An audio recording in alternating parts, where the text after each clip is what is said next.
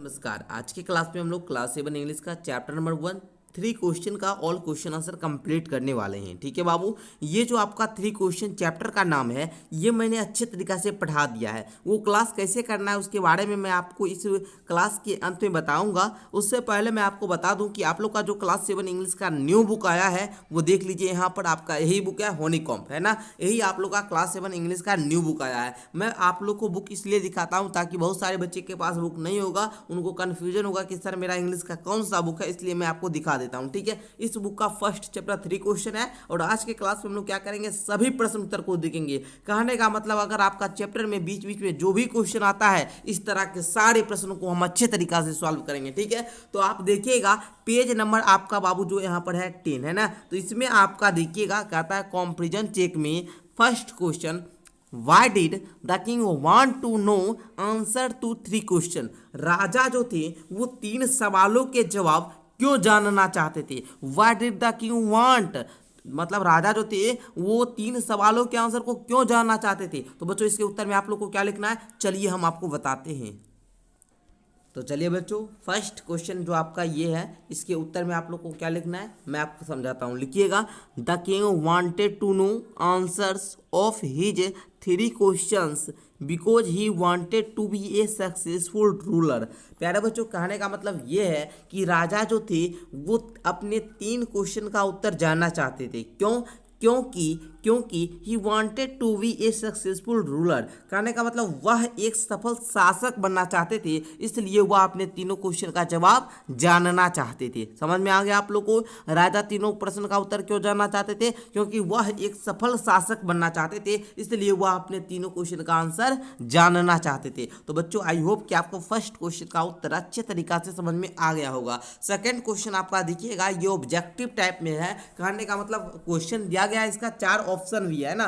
तो चलिए, कहता है दूसरा, messengers were sent throughout the kingdom. कहने का मतलब पूरे राज्य में संदेश वाहक भेजे गए। क्यों भेजे गए? टू फेच वाइज में बुद्धिमान लोगों को लाने के लिए। दूसरा, to find answers to the question, प्रश्न के उत्तर को खोजने के लिए। To look for the wise hermit, बुद्धिमान सन्यासी की तलाश के लिए। To announce a reward for those who could answer the question, प्रश्नों के उत्तर देने वाले के लिए जो पुरस्कार की घोषणा की गई थी। ठीक है, तो बच्चों वैसे मतलब जो संदेश वाहक थे वो ऐसे व्यक्ति की तलाश कर रहे थे, है ना, पूरे राज्य में वैसे व्यक्ति को खोज रहे थे जो क्या कर सके, उनके राजा के प्रश्नों का उत्तर दे सके। कहने का मतलब इसका 2 नंबर वाला जो आपका विकल्प है यही राइट हो जाएगा। कहने का मतलब to find answers to the question, जो राजा के प्रश्नों को जवाब दे दे वही वैसे व्यक्ति को खोजने के लिए ही क्या संदेश वाहक पूरे राज्य में भेजे गए थे। क्लियर, समझ में आ गया आप लोग को। आइए आगे हम लोग बढ़ते हैं। तो बस आपका जो बाबू यही था, इसमें फर्स्ट जो आप लोग पढ़े होंगे कॉम्प्रिहेंशन, इसमें बस 2 ही क्वेश्चन था, ये कंप्लीट हो गया। अब हम लोग दूसरा कॉम्प्रिहेंशन जब पढ़े थे तो इसमें भी बहुत सारा क्वेश्चन होगा, तो सारा कुछ हम समझते हैं। देखिए आगे आपका अब कहाँ पर क्वेश्चन है। कहानी थोड़ा सा लंबा जरूर है लेकिन पढ़ने में बहुत मजा आएगा आपको। मैंने पूरा कहानी पढ़ा रखा है, अगर आप लोग देखना चाहते तो देख सकते हैं। ठीक है, चलिए देखिए बाबू, अब यहाँ से आपका नेक्स्ट कॉम्प्रिहेंशन, कहने का मतलब मेन क्वेश्चन आंसर जो आपका है ये शुरू होता है। ठीक है, चलिए देखिए फर्स्ट में कहता है complete the following sentences by adding the appropriate parts of sentences given in the box. कहने का मतलब ये हुआ बाबू कि आप लोगों को बॉक्स में दिए गए वाक्यों, ये जो बक्सा है बाबू, इस बक्सा में क्या किया गया है, 5 वाक्य दिया गया है। इसमें से आपको क्या करना है, उपर्युक्त भाग को खोज कर क्या करना है, इसमें जोड़ना है। इसमें क्या करना है, जोड़ना है, और जोड़कर क्या करना है, एक सटीक वाक्य का निर्माण करना है। क्लियर, समझ में आया। जैसे में many wise men answer the king questions, इसके बाद आगे क्या कौन सा लाइन था वो यहाँ पर लिखना है। ठीक है, तो वो हम लिखेंगे, मतलब कई बुद्धिमान लोगों ने राजा के प्रश्नों का उत्तर दिया। ठीक है, तो इसमें आप लोग ये 5 में बताइए कौन सा यहाँ पर भराएगा। तो बच्चों आप लोग क्या भरिएगा वो हम आपको बताते हैं। आइए बच्चों, हमने यहाँ पर क्या किया, पूरा आंसर को लिख दिया, बस अब आप लोग को क्या करना है, ध्यान से समझना है, ठीक है। चलिए देखिए, फर्स्ट वाला जो था, फर्स्ट वाला में इसमें क्या करना है, ध्यान से समझिए, ठीक है। हम यहाँ पर क्या किए, थोड़ा सा आपको ध्यान देना होगा। कहता है many wise men answer the king question. इसके आगे का लाइन लिखेंगे, but their answer were so varied that the king was not satisfied. मतलब कई बुद्धिमान व्यक्तियों ने राजा के प्रश्न का उत्तर दिया, लेकिन किंग जो होते, जो राजा जो थे, उनके उत्तर इतने ज़्यादा भिन्न थे, मतलब सब लोग का उत्तर इतना ज़्यादा अलग अलग आ रहा था कि राजा को कोई भी किसी का भी उत्तर सेटिस्फाइड नहीं किया, संतुष्ट नहीं किया, ठीक है। इस प्रकार हमने फर्स्ट वाला को क्लियर कर लिया। अब सेकंड में आपका जो है बाबू, उसको थोड़ा समझिए, सेकंड वाला को, है ना। सेकंड वाला समझिए, सेकंड में है someone suggested that there should be a council of wise men to help the king act at the right time. कहने का मतलब किसी ने सुझाव दिया कि राजा को सही समय पर कार्य करने में मदद के लिए क्या करना चाहिए, वाइज मैन को क्या हेल्प लेनी चाहिए, ठीक है ना। बुद्धिमान व्यक्तियों की क्या एक परिषद होगा जिससे राजा क्या करेंगे, राजा को जो मदद करेगा, ठीक है ना। तो इस प्रकार आपका सेकेंड वाला भी क्लियर हो गया। तीसरा आपका क्या है बाबू, कि someone else suggested that the king should have a time table and follow it strictly. कहने का मतलब ये हुआ कि किसी और ने सुझाव दिया, मतलब राजा जो बोले थे ना कि सबको सुझाव देने के लिए राज दरबार में, तो सब अलग अलग सुझाव दे रहा था, तो दूसरा कोई और सुझाव देता है कि राजा को एक समय सारणी बनाना चाहिए, क्या बनाना चाहिए, टाइम टेबल तैयार करना चाहिए, और उस टाइम टेबल को क्या करना चाहिए, फॉलो करना चाहिए। और कैसा फॉलो करना चाहिए, स्ट्रिक्टली। कहने का मतलब कठोरता से, मतलब अपना आप पर जिम्मेवारी लें कि नहीं हमको इस समय ये काम करना है तो करना होगा, ठीक है। ये नहीं कि दूसरा उनको कहने वाला होगा, अपने ऊपर कठोरता से, सख्त से उनको क्या करना चाहिए, टाइम टेबल को फॉलो करना चाहिए। चौथा देखिएगा, चौथा में आप लोग लिखिएगा, the king requested to the hermit to answer 3 question. Hermit का कहने का मतलब जान रहे ना, सन्यासी। राजा पता हुआ राजा कहाँ गए थे बाबू, सन्यासी के पास गए थे। किस लिए, तो तीनों क्वेश्चन के उत्तर को फाइंड करने के लिए, क्योंकि किन्हीं ने जवाब नहीं दिया था, राज दरबार में नहीं पता लगाया था, तो राजा क्या किए, अकेले कहाँ गए थे, तो पता होगा सन्यासी के पास गए थे, और सन्यासी जो है बाबू वो उनके उत्तर, प्रश्न का उत्तर बता भी देता है अंत में, पता होगा आप लोग को, है ना। मैंने पूरा कहानी पढ़ाया तो आप लोग को याद ही हो गया होगा। चलिए पांचवा देखिएगा आप लोग, the king washed and dressed the bearded man wound but the bleeding would not stop. कहने का मतलब ये हुआ, राजा जो थे बाबू वो बियर्डेड मैन, मतलब जो बड़ा बड़ा दाढ़ी वाला व्यक्ति था ना, उसके घाव को क्या, उसको पता होगा कि पेट में क्या लग गया था, तीर लग गया था ना बाबू, मतलब भाला जो होता है ना बाबू, भाला, ये भाला लग गया था पेट में। देखिए यही है राजा साहब, और यही है बड़ा बड़ा दाढ़ी वाला आदमी, इसके पेट में है ना बाबू भाला लग जाता है, और ये भाला जो है ना, ये राजा के सिपाही भी क्या करते हैं, भाला मारते हैं, ठीक है। राजा के जो सिपाही होते हैं वही इस भाला को मारते हैं। राजा जो है इसको क्या करते हैं, पूरा साफ करते हैं, धोते हैं, ठीक है। तो बच्चों आप लोग इस प्रकार समझ गए ना, तो इस प्रकार यहाँ पर भर लीजिएगा, ठीक है। यहाँ पर आप लोग इस प्रकार भर लीजिएगा, ठीक है। ये वाला जो लाइन देखते हैं, यहाँ पर क्या लिखिएगा, हम यहाँ पर लिख देते हैं, but what the bleeding bleeding bleeding would not stop, would not stop, है ना बच्चों। मतलब कहने का मतलब ये हुआ कि राजा जो उसके घाव को धुए, उसमें पट्टी बांध दिए, लेकिन उस दाढ़ी वाला आदमी का जो पेट से ब्लड आना जो था बाबू, ये स्टॉप नहीं हो रहा था। फिर क्या हुआ आपको पता होगा आगे क्या किए थे राजा साहब। तो बच्चों इस प्रकार आप लोग का जो फर्स्ट क्वेश्चन था, फर्स्ट क्वेश्चन ये पूरा क्लियर हो गया। अब हम लोग सेकंड क्वेश्चन की ओर बढ़ते हैं, और सेकंड क्वेश्चन आपका ओनली आपका क्या क्वेश्चन आंसर है, मतलब प्रश्न का जवाब देना है। कहता है वर्किंग विद द टेस्ट, कहता है आंसर द फॉलोइंग क्वेश्चन, निम्नलिखित प्रश्नों का उत्तर देना है। फर्स्ट क्वेश्चन सारे बच्चे ध्यान से समझेंगे। कहता है why was the king advised to go to magician. कहने का मतलब ये हुआ कि राजा को जादूगर के पास जाने की सलाह क्यों दी गई। पता होगा आप लोग को, जब राजा साहब अपने दरबारीगण से पूछते हैं तो दरबारीगण बहुत ज़्यादा सलाह देता है कि आप जो है ना जादूगर के पास जाइए, वो आपको है ना जवाब दे पाएगा, ये करेगा वो करेगा, बहुत ज़्यादा एडवाइस आता है। तो जादूगर के पास जाने की सलाह क्यों दी गई राजा को, इसके बारे में आपको बताना है।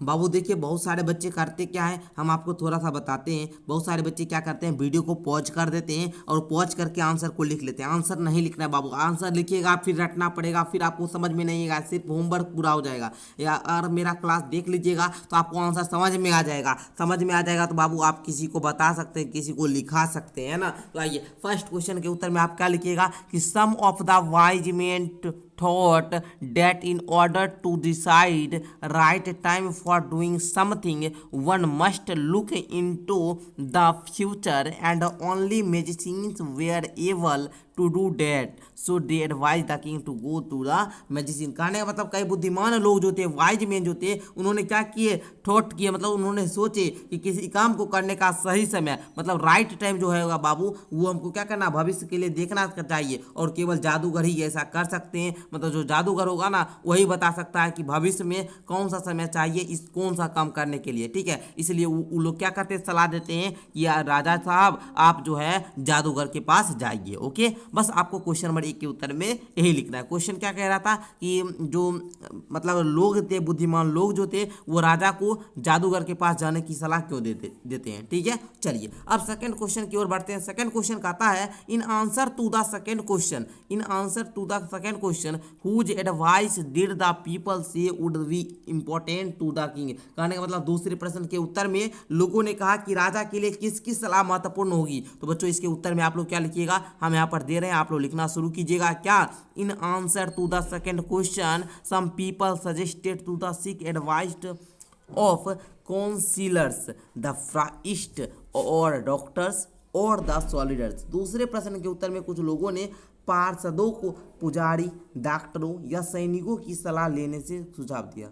तो बच्चों इस प्रकार आपका क्वेश्चन नंबर 2 भी सब बच्चों का क्या हो गया, कंप्लीट हो गया होगा। बताइए एक बार, यस सर कंप्लीट हो गया। ओके बच्चों कंप्लीट हो गया ना। आइए तीसरा क्वेश्चन देखते हैं। अगर बच्चों आप लोग इसका पीडीएफ लेना चाहते हैं, जो भी हम क्वेश्चन आंसर करा रहे हैं इसका अगर आप लोग पीडीएफ लेना चाहते हैं तो मैं आपको बता दूं आपको 299 रुपया लगता है। लेने के लिए क्या करना होगा और इस चैप्टर को पढ़ने के लिए क्या करना होगा मैं बता देता हूँ। आप लोग को मेरा ऐप डाउनलोड करना पड़ेगा। क्या करना पड़ेगा, मेरा ऐप डाउनलोड करना पड़ेगा। आप बोलेंगे बहुत सारे बच्चे कि सर ऐप का लिंक कहाँ पे मिलेगा, तो आपको डिस्क्रिप्शन बॉक्स में, इस वीडियो के नीचे डिस्क्रिप्शन बॉक्स में मेरा ऐप का लिंक दिया गया है। वहाँ से ऐप को क्या कीजिए, डाउनलोड कीजिए और वहाँ से आप लोग 299 रुपया देकर आप लोग पढ़ सकते हैं। क्लास 7 का सारा सब्जेक्ट का क्वेश्चन आंसर का पीडीएफ ले सकते हैं। ओके चलिए देखिए तीसरा क्वेश्चन आपका कहता है यहाँ पर कि what suggestions were made in answer to the third question. कहता है बाबू कि तीसरे प्रश्न के उत्तर के लिए क्या सुझाव दिए गए। लिखिएगा आंसर में, for the third question some people said science was the most important business while there were others who believed it was fighting and them there were those who believed religious worship should take the first place. कहने का मतलब ये हुआ बाबू कि तीसरे प्रश्न के उत्तर में लोगों ने कहा कि विज्ञान सबसे महत्वपूर्ण व्यवसाय है, वाइल जबकि देयर वेयर मतलब कुछ ऐसे भी लोग थे जो मानते थे, जो विश्वास रखते थे कि यह क्या है बाबू, फाइटिंग है, यह लड़ाई है। और फिर भी कुछ ऐसे भी थे, एंड देयर वेयर दोज मतलब कुछ ऐसे भी थे जो विश्वास करते थे कि जो धार्मिक पूजा को पहला स्थान मिलना चाहिए। ओके तो इस प्रकार आपका क्वेश्चन नंबर 3 भी कंप्लीट हो चुका है। तो बच्चों हम लोग क्वेश्चन नंबर 4 को देखेंगे तो आप लोग बहुत ज़्यादा एक्साइटेड होंगे। क्वेश्चन नंबर 4 को लेकर कहता है did the wise man win the reward, if not why not. बताइए आप लोग। क्वेश्चन नंबर 4 आप लोग का कह रहा है, आप लोग के जो सामने क्वेश्चन है कहता है क्या बुद्धिमानों ने इनाम जीता, क्या बुद्धिमान ने पुरस्कार पाया, क्या इनाम जीता, या अगर हाँ इफ नोट अगर नहीं व्हाई नोट तो क्यों नहीं। तो बच्चों उत्तर लिखिएगा नो, बुद्धिमानों ने पुरस्कार नहीं जीता। लिखेंगे no the wise man didn't win the reward because their answers were so different from each other and king was not satisfied with their answer. कहने का मतलब बुद्धिमानों ने इनाम को नहीं जीता क्योंकि उन लोगों के जो आंसर आ रहे थे बहुत ज़्यादा डिफरेंट आंसर आ रहे थे, कुछ भिन्न प्रकार के आंसर आ रहे थे जो कि राजा को किसी के भी उत्तर से सेटिस्फाइड नहीं हुआ। बताइए हम आपसे क्वेश्चन पूछेंगे कि बताओ बाबू 2 + 2 क्या होगा, आप बता दोगे बाबू 5, कोई बता देगा 7, कोई बता देगा 9। तो हम विश्वास करेंगे, हमको संतुष्ट नहीं होंगे हम आपके उत्तर को, तो हम आपको देंगे इनाम, नहीं देंगे ना। तो वही बात हुआ। आइए क्वेश्चन नंबर 5 को हम लोग देखते हैं। क्वेश्चन नंबर 5 कहता है कि how did the king and the hermit help the wounded man. कहता है बाबू कि राजा और साधु जो थे किंग और हर्मिट मिलकर वांटेड मैन से घायल व्यक्ति को, वांटेड मैन मतलब घायल व्यक्ति को किस तरह मदद करते हैं। तो बच्चों उत्तर में लिखिएगा कि the king washed and wand and covered the wound of the man with his handkerchief and kept on dressing it until the bleeding stopped completely. कहता है कि राजा ने उस व्यक्ति के घाव को क्या किया, धोया। क्या किए, धोए। राजा ने उस व्यक्ति के घाव को क्या किए, धोए, और उस पर अपना रुमाल, उस पर क्या किए, अपना रुमाल, हैंडकरचिप का मतलब हुआ अपना रुमाल को क्या किए, लपेटा। तब तक पट्टी भी बांधे, तब तक क्या किए, ड्रेसिंग किए, पट्टी बांधता रहा जब तक कि वह खून जो है बाबू, ब्लीडिंग जो है वो क्या स्टॉप नहीं हो जाए, कंप्लीटली स्टॉप नहीं हो जाए। ठीक है, चलिए आगे लिखिएगा। The king also offered the wounded man water to drink. राजा जो है घायल व्यक्ति को पीने के लिए पानी भी दिया।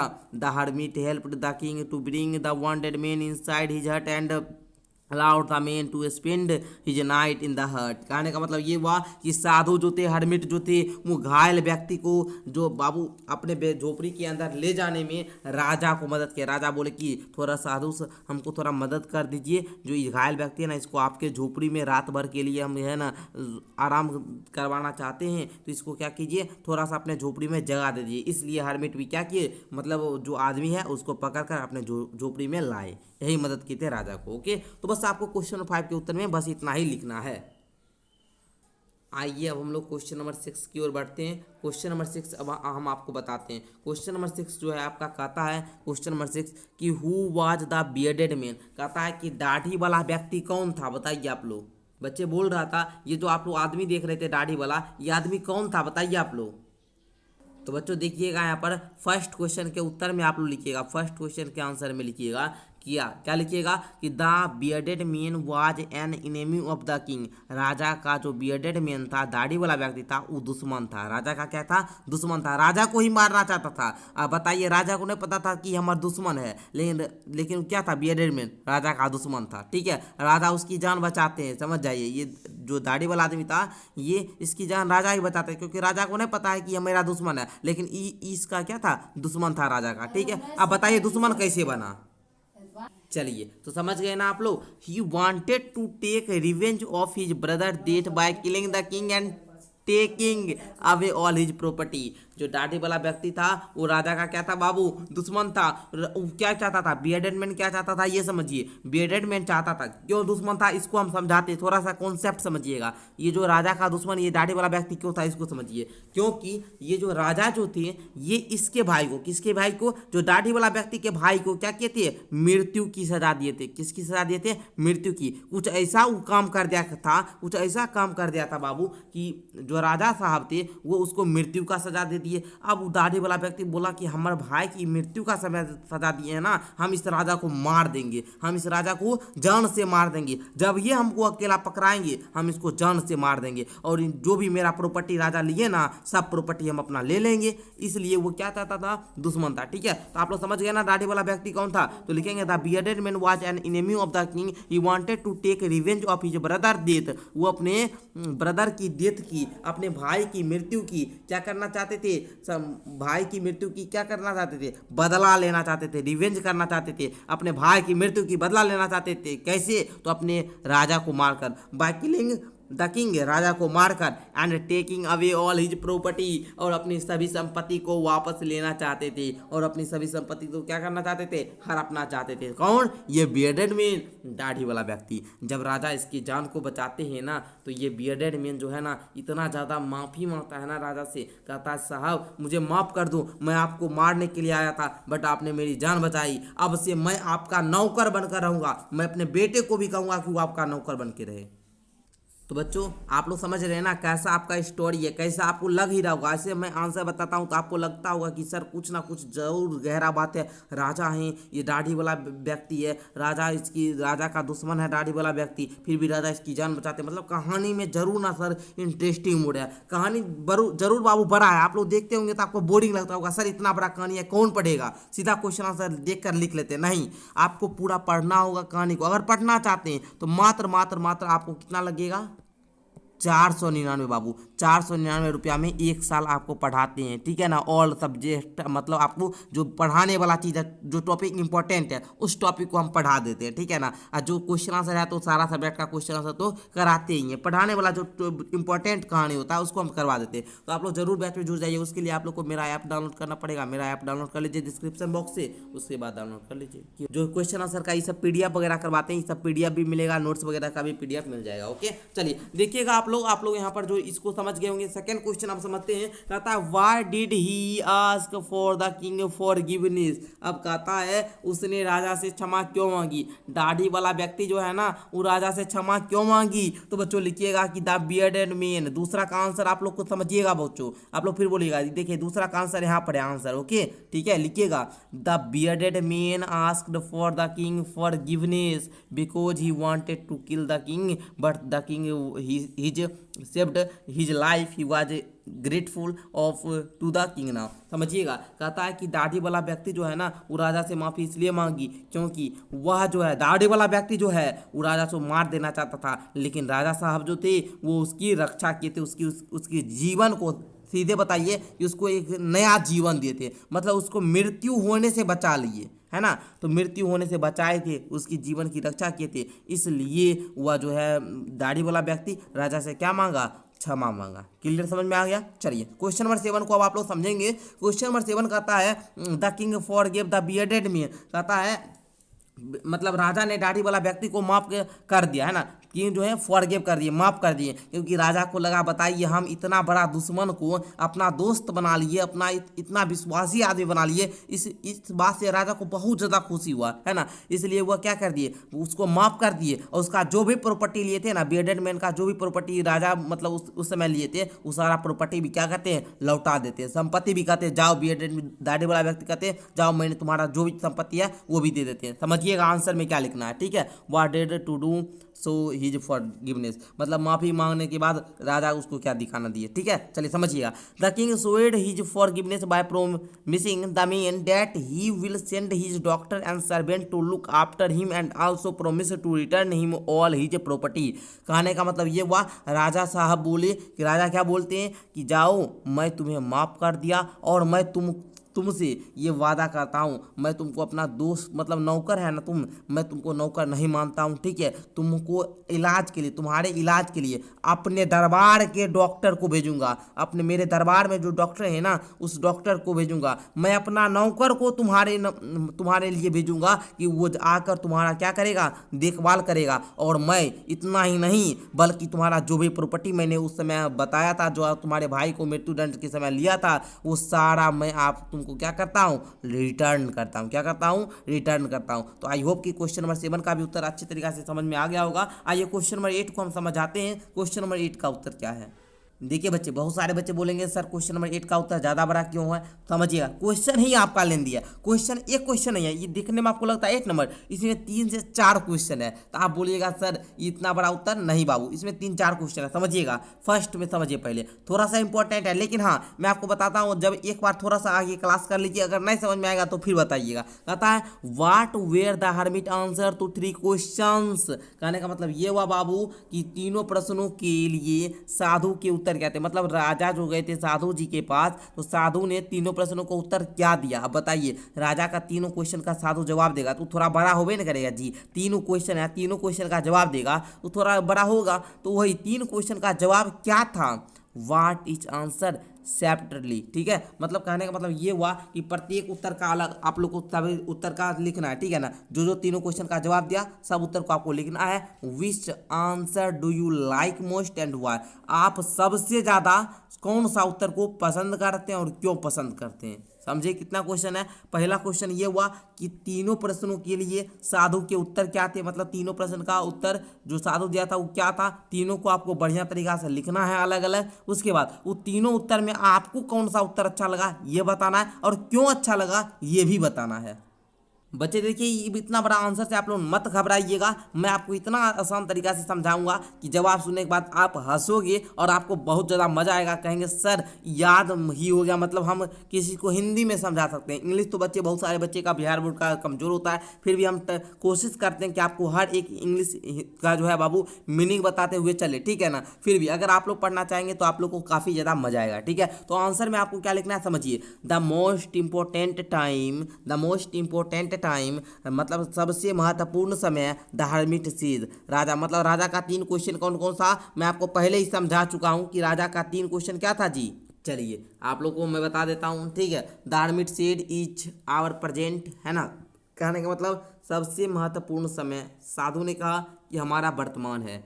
राजा पूछे थे कि सबसे फर्स्ट क्वेश्चन राजा का था कि सबसे महत्वपूर्ण समय क्या है, तो साधु जवाब देते हैं कि सबसे महत्वपूर्ण समय हमारा वर्तमान है, ठीक है। बिकॉज क्योंकि it is the only moment when we have the power to act, क्योंकि ये एकमात्र ऐसा क्षण है जब हमारे पास कार्य करने की शक्ति होती है। पावर ऑफ टू एक्ट, कार्य करने की शक्ति होती है। दूसरा समझिएगा, the most important person at a moment to we our selfs, because the future is unknown and we don't know whether we will meet anyone in the future or not। कहने का मतलब दूसरा क्वेश्चन साधु का क्या था कि सबसे मतलब राजा का दूसरा क्वेश्चन क्या था जी, सबसे महत्वपूर्ण व्यक्ति क्या। फर्स्ट क्वेश्चन क्या था बाबू कि सबसे महत्वपूर्ण समय क्या है, दूसरा क्वेश्चन था सबसे महत्वपूर्ण व्यक्ति क्या है। तो जवाब देते हैं साधु क्या जवाब देते हैं कि सबसे महत्वपूर्ण जो व्यक्ति है बाबू, सबसे महत्वपूर्ण जो बाबू आपका व्यक्ति है वो आप स्वयं है, हम स्वयं है, आवर सेल्फ्स, हम स्वयं है। क्यों स्वयं है, क्योंकि बिकॉज मतलब होता है क्योंकि फ्यूचर में, भविष्य अज्ञात है, फ्यूचर इज अननोन, भविष्य क्या है बाबू अज्ञात है, एंड वी डोंट नो, और हम नहीं जानते हैं कि हम भविष्य में किसी से मिलेंगे या नहीं मिलेंगे, and whether we will meet anyone in the future और नोट, ये बात नहीं पता है किसी को। So we should listen to our selves, इसलिए हमें खुद से सुननी चाहिए, हमें खुद की सुननी चाहिए, ठीक है बच्चों। इसलिए हमको किसकी सुननी चाहिए, खुद की सुननी चाहिए, ठीक है।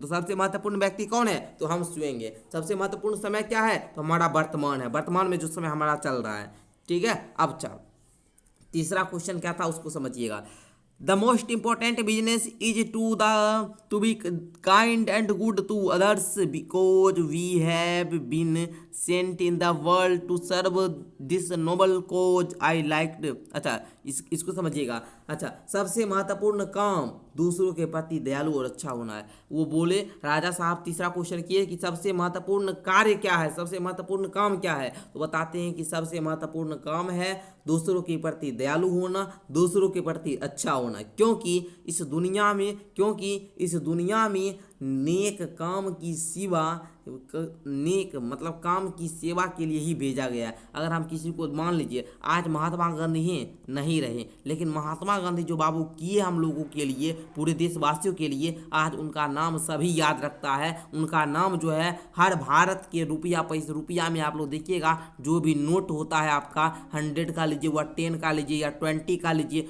जो भी नोट होता है सब में महात्मा गांधी जी का फोटो होता है बाबू, ठीक है। तो चलिए आपको पता होगा, लेकिन क्यों याद रखें, क्योंकि वो ऐसा काम करके गए। इसलिए जैसे हम मानिए आज हमारा क्लास ये अपलोड रहेगा, अगर कुछ दिन बाद हम नहीं भी रहेंगे तो बच्चा पढ़ेगा, कहेगा कि आदित्य सर एक थे जो हम लोग को इंग्लिश पढ़ाए थे, इंग्लिश में इस तरह से कहानी पढ़ाए थे कि कहानी हमारे दिमाग में बैठ गया, कुछ भी हमको रटने की जरूरत नहीं पड़ा। तो इसलिए कहता है कि आपका जो अच्छा काम किया गया ना वो इस दुनिया के लिए रहता है। आप रहे या ना रहे, कुछ दिन बाद आप नहीं रहोगे, लेकिन आपका जो किया हुआ काम रहेगा। जो मान लीजिए कोई मेरा 1000 रुपया लेकर भाग गया, कोई मेरा 200 रुपया लेकर भाग गया, तो उससे बाबू क्या होगा, उस लोग का नाम हम याद रखेंगे हमेशा कि वो ऐसा व्यक्ति था जो बेईमान था, है ना। तो जो जैसा कर्म आप करके रखोगे वैसा पृथ्वी पर सब लोग आपका नाम याद रखेगा, ठीक है। तो यही राजा के तीनों क्वेश्चन का जवाब दिए थे कौन, साधु। अब आगे क्वेश्चन कहता था कि विच answer do you like the most, सबसे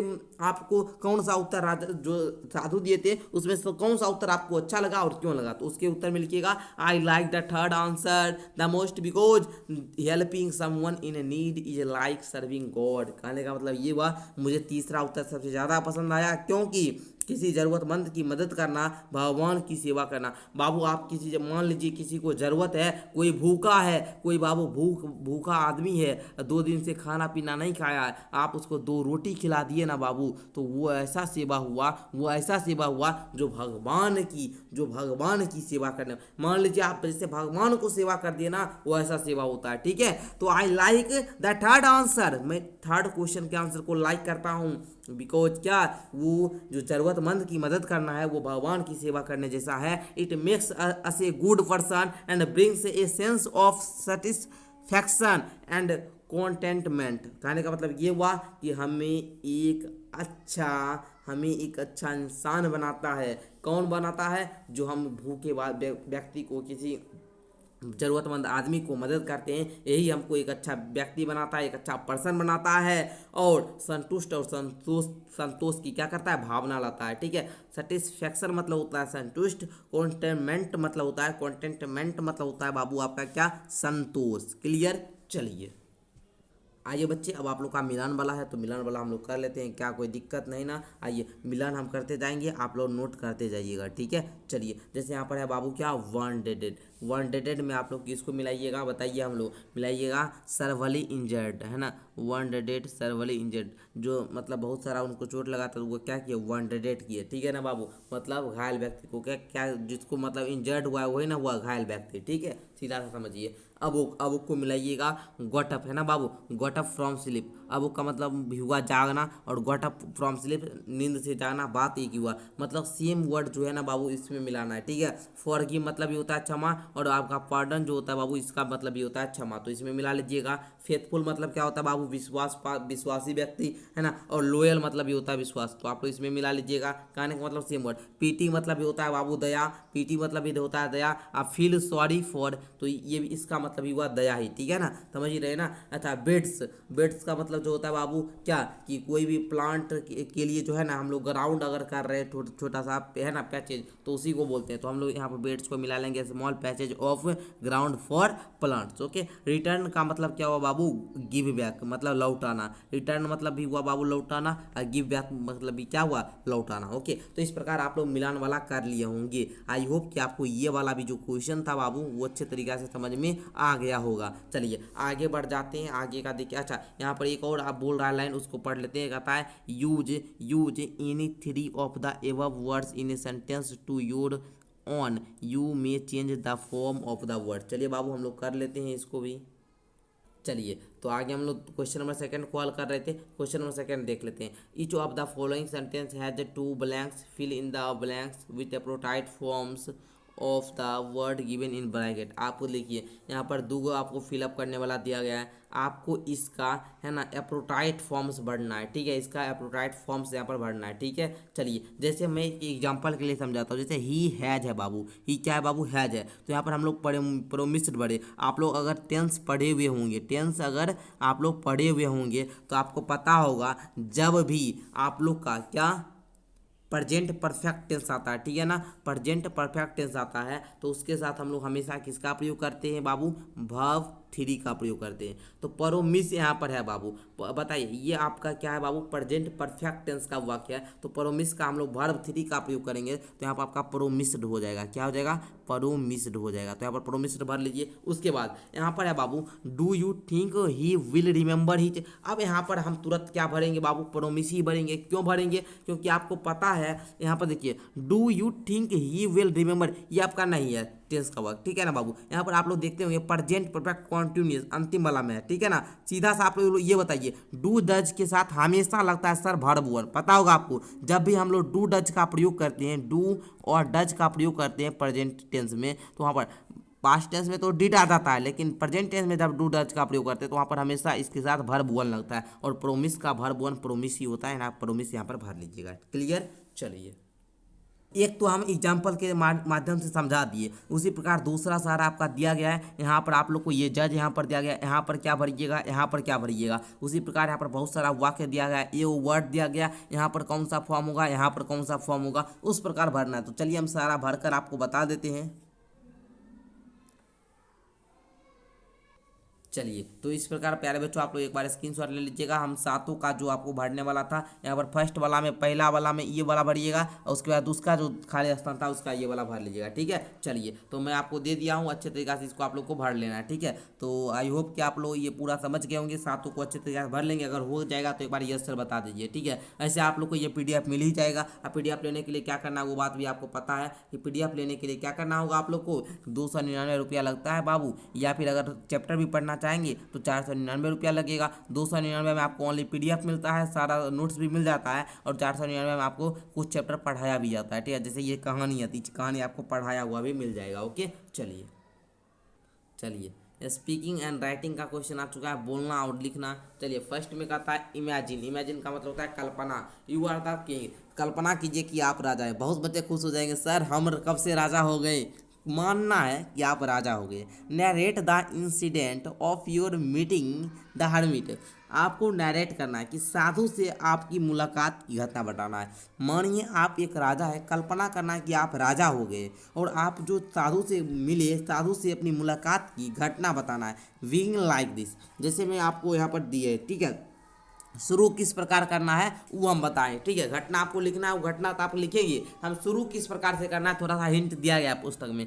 the wise man answered my question but I was not satisfied with their answer. One day I decided to go and meet the hermit. मतलब बहुत सारे wise man, बुद्धिमान व्यक्ति ने हमारा question का जवाब दिया, बट मैं किसी के उत्तर से सेटिस्फाइड नहीं हुआ, है ना। एक दिन मैंने निश्चय किया कि मैं जाकर किससे मिलूंगा, हर्मिट से मिलूंगा, कहने का मतलब सन्यासी से मिलूंगा। ठीक है, अब इसके आगे आपको क्या करना है, आप राजा होते और आपके साथ जो साधु की मुलाकात होती, इससे आगे क्या घटना होगा वो आपको पूरा बताना है। तो बता लेंगे आप लोग।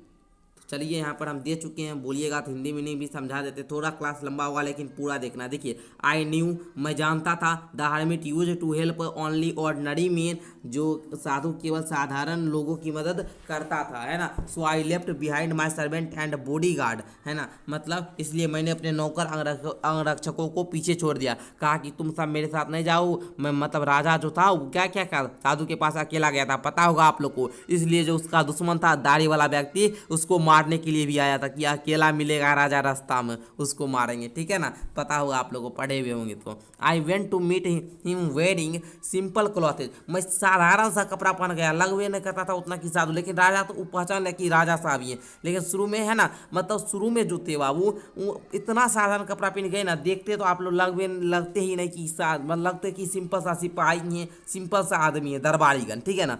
The hermit was an old man and use to live, है ना, लिव है बाबू, लिव इन ए हट इमीडिएट अराइव्ड, है ना बाबू, एडमिस्ट, अच्छा, द वुड्स।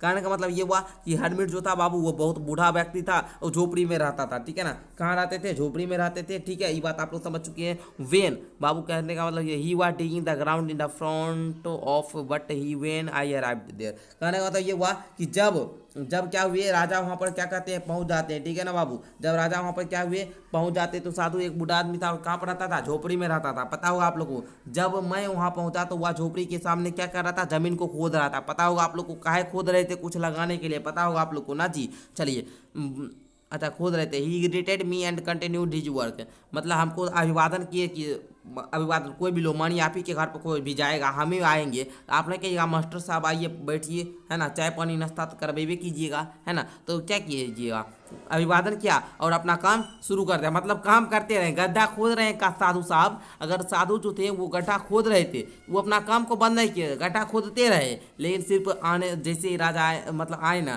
तो उनका अभिवादन कर लेते हैं, नमस्कार प्रणाम जो भी है कर लेते हैं। I inform him to propose of my visit but still he continue digging the ground, है ना। मतलब कहने का मतलब ये हुआ कि मैंने उसे अपने आने का उद्देश्य भी बताया, लेकिन फिर भी वह जमीन खोदता रहा। मतलब वो राजा जो है ना, आए ना, वो अपना बताए कि हम इस प्रश्नों का उत्तर जानने के लिए आए, लेकिन जो साधु साहब थे, हर्मिट जो थे, कुछ भी जवाब नहीं देते, वो अपना काम करते रह जाते हैं। तो आपको ये लिख लेना, उत्तर में स्वयं लिख लीजिएगा। ठीक है ना। चलिए, दूसरा क्वेश्चन उसी प्रकार है। Imagine you are the hermit. आपको अब कल्पना करना कि आप साधु हो गए। अरे सर, पहले राजा बनवा दिए, अब हमारा साधु बनवा दिए। नहीं बाबू, हम नहीं बना रहे हैं, आपका बुक बनवा रहा है, बुक में आपका दिया गया है कि इमेजिन कीजिए कि आप साधु हो गए। आपको बताना है right briefly the incident of your meeting the king. अब आप राजा से अपनी मुलाकात की घटना को संक्षेप में बताना है। जैसे शुरुआत कैसे करना है, बिगिन लाइक दिस, शुरुआत करना है कि one day I was digging in my garden, एक दिन आई मतलब मैं ना साधु अभी हूँ जी, तो मैं बोलूँगा, मैं मान लीजिए मैं साधु हूँ, है ना, आपके मास्टर साहब अभी साधु हैं, तो मैं बोलूँगा मैं एक दिन अपने बगीचा में गड्ढा खोद रहा था, एक a man in ordinary cloth came to see me, एगो ऑर्डनरी क्लॉथ में, है ना, साधारण से कपड़ा में हमारे पास एक व्यक्ति आते हैं, है ना। I knew it was the king, मैं जानता था कि वह राजा हैं, साधु जानते थे वह राजा हैं, भले साधारण से कपड़ा में आए बाबू, लेकिन जानते थे साधु कि कौन है, राजा हैं। बट स्टिल प्रिंटेड, बस आगे का जो घटना है बाबू अपना मन से लिखना है, तो हम यहाँ पर लेकर यहाँ तक दे दिए हैं, आप लोग पढ़ लीजिए, क्योंकि हम कहानी इतना बार पढ़ाए बाबू कि हमको कहानी का फिर से समझाने का। यहाँ पर अगर कहानी पूरा पढ़े हुए होंगे तो आप लोग ये पूरा का हिंदी में नहीं लिख लेंगे, क्योंकि ये पूरा जो चीज़ है ना कहानी से दिया गया है। बस हरमिट के जगह पर क्या किया गया है, हरमिट के जगह पर आई दे दिया गया है बस। ओके चलो हो गया क्लियर।